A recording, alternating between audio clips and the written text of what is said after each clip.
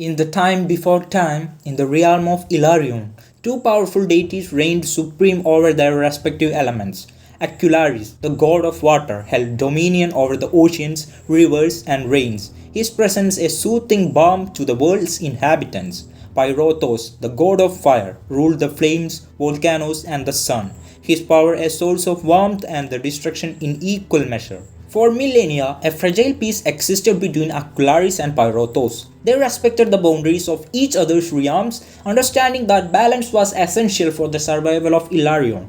Yet, beneath this veneer of harmony, jealousy simmered. Pyrothos, with his fiery temper, grew envious of the serenity of life-giving nature of Aquilaris' domain. He longed to extend his fiery reach beyond the confines of his volcanic mountains and burning deserts. One fateful day, Pyrothos could no longer contain his ambition. He declared war on Aquilaris, vowing to engulf the seas with his flames and turn every drop of water into steam. The heavens darkened as Pyrothos unleashed his fiery wrath, and the ground trembled under the weight of his fiery minions. Aquilaris, a god of calm and patience, was forced to rise in defense of his realm. He summoned the vast forces of ocean, calling forth towering waves and icy winds. His warriors, formed from the essence of water itself, armed themselves with the tridents of unbreakable ice and shields of solidified waves. They rose from depths, ready to confront the fiery onslaught. The battle was sight to behold, a clash of elements that seemed to tear the very fabric of reality. Aquilaris and Pyrothos met in the skies, their powers colliding in an explosion of steam and fire. The armies of water and fire clashed below, each side driven by the will of their divine leaders. Pyrothos' fire warriors, born of lava and molten rock, wielded swords of flames that could cut through the thickest ice. They were relentless, their fury unmatched. But Aquilaris' water warriors, graceful and fluid, countered with precision and strategy, using the terrain to their advantage.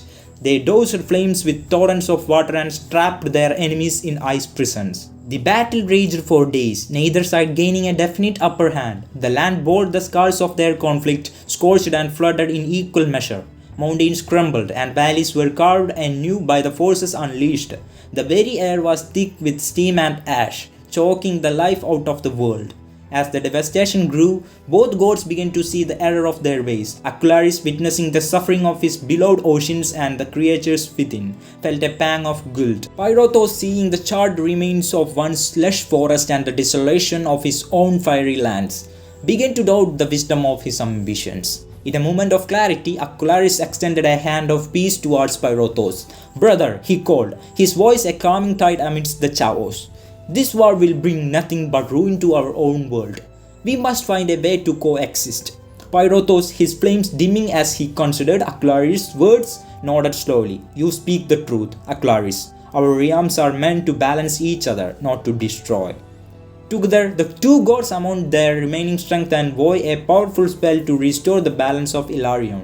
The fire was tamed and the water receded. The land, though scarred, began to heal under their combined effort.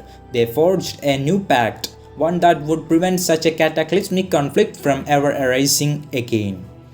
From that day forward, Aquilaris and Pyrothos ruled their domains with renewed wisdom. They worked together to ensure that water and fire would coexist in harmony, each respecting the other's power and purpose. The tale of their great battle and subsequent reconciliation became a legend in Ilarion, a reminder of the importance of balance and the dangers of unchecked ambition. And so, Ilarion thrived, a world where the gods of water and fire maintained a delicate dance. Their eternal rivalry transformed into a partnership that sustained the very essence of life itself.